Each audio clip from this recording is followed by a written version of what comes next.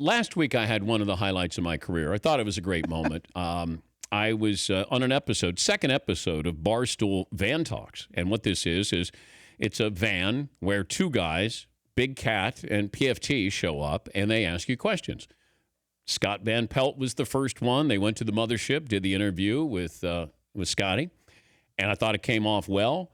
And then I get episode 2, and then all of a sudden I see where Barstool Van Talks got canceled, and the episode that I'm on was going to air tonight, or is it tomorrow morning, at 1 a.m. on ESPN2. Big Cat Dan Katz, former co-host of Barstool Van Talks, who joins us now. What the hell happened here? So I spoke with John Skipper directly yesterday, and he said he can deal with the name Barstool, he can deal with the internal pushback, but he can't deal with Dan Patrick. So he said that was a bridge too far, and then he canceled it. So I was the series finale, huh? Yeah, you were the series finale. That's obviously a joke. He didn't actually Oh, he say did not? That, oh, okay. You know, no, he did. I think they were okay with you sneaking in the back door, like we said. We're still going to run the interview on our podcast, pardon my take.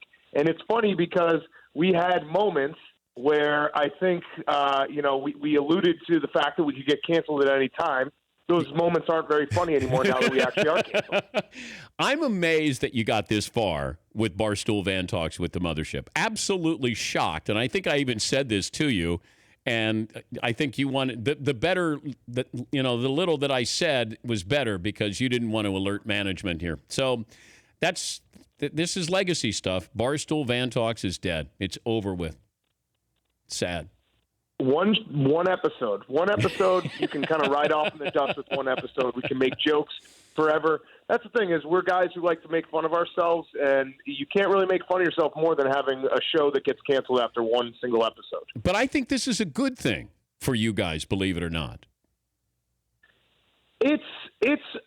So I think in the long term, there's a difference. In the long term, I'm not worried about what we're going to be because the numbers speak for themselves. And I think there were probably some people inside ESPN who were mad for various different reasons, one of which maybe, hey, we deserve a show.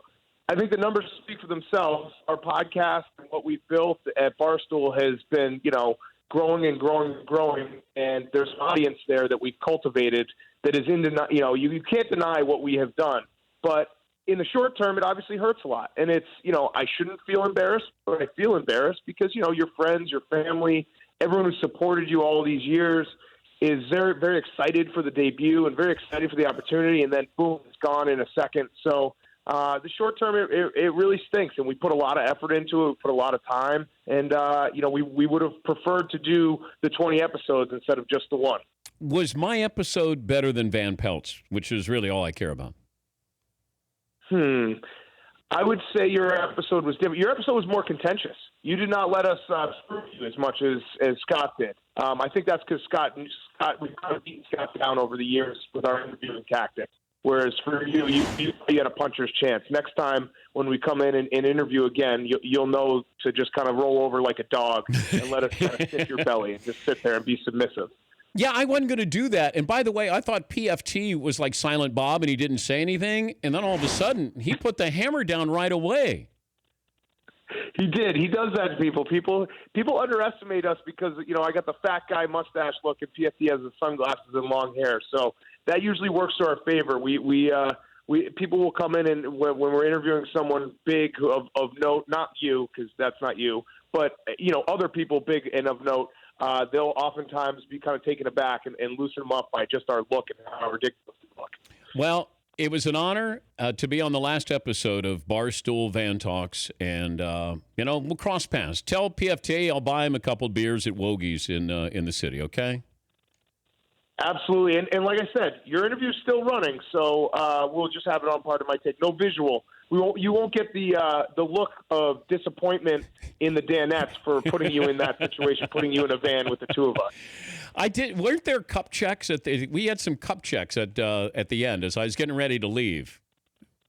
We did. We might have to play those. It was a good time. Eh? That's the thing. That's really what it comes down to. Is at the end of the day, we enjoyed making something new and something different and trying to evolve what we do.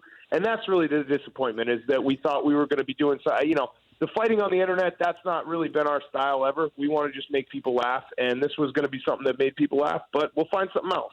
Yeah, you guys paid the price of a couple of things, I think, and that's the shame, because the show itself should have been able to stand alone. But it was fun, and we'll cross paths. Maybe ESPN Classic could air Barstool Van Talks.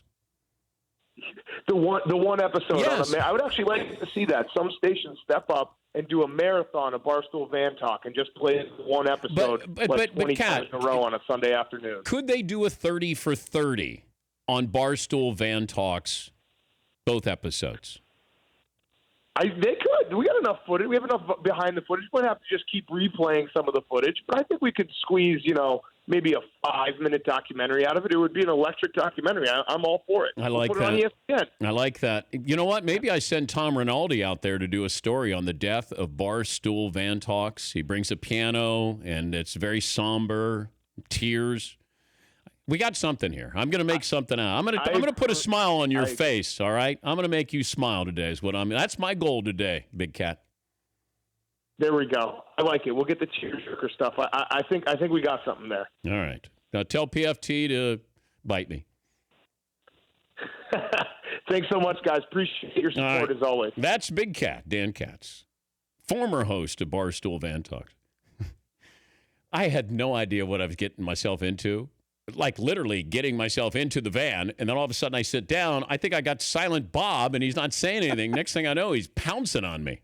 And they didn't tell you when they were rolling, when they started? No. We're rolling? We started. I thought we started, and then they go, we weren't rolling. I said, are you kidding me? That killed right there. There's some fun stuff. Yeah, yes. I am pretty upset the cup checks aren't going to make it to national. Man. They should just put the video up on their website and run it. Sure they will. Yeah. But the cup checks were great because I got out of the van and, they piled on. They went at me pretty hard.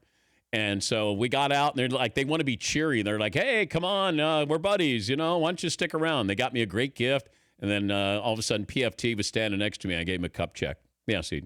Would you rather be the one that didn't make it or the one that did? I think I'd rather be the one that didn't make it.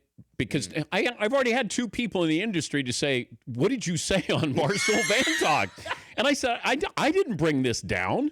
In all honesty, I was sitting there listening to it. You guys talked about your exit from ESPN, but even if the ESPN executives saw the interview you did, there was nothing in there that was racy. Oh, no. This had nothing to do with that. This was the women at ESPN responding of how are we having this on, given what they've said about at least one of our anchors. And it's the website, not the show.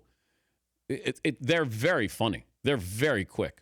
And they double team you. So I'm bookended by big, and they're spreading out. Their legs are wide open. Like I'm like shrunk, like trying to, squeeze into this back seat of the van. PFT though, sneaky. He's sneaky long. And then Big Cat, they came after me. His medium shirt. Oh, yeah, he got a medium shirt on. Fake mustache, but they were fun. It was good. But never see the light of day on ESPN 2. They were so proud on ESPN 2. Like, you guys are sellouts. You're on ESPN 2. What are you doing? You don't want to be on ESPN 2. For more Dan Patrick Show, tune to Audience Channel 239 on DirecTV or download the Dan Patrick Show app.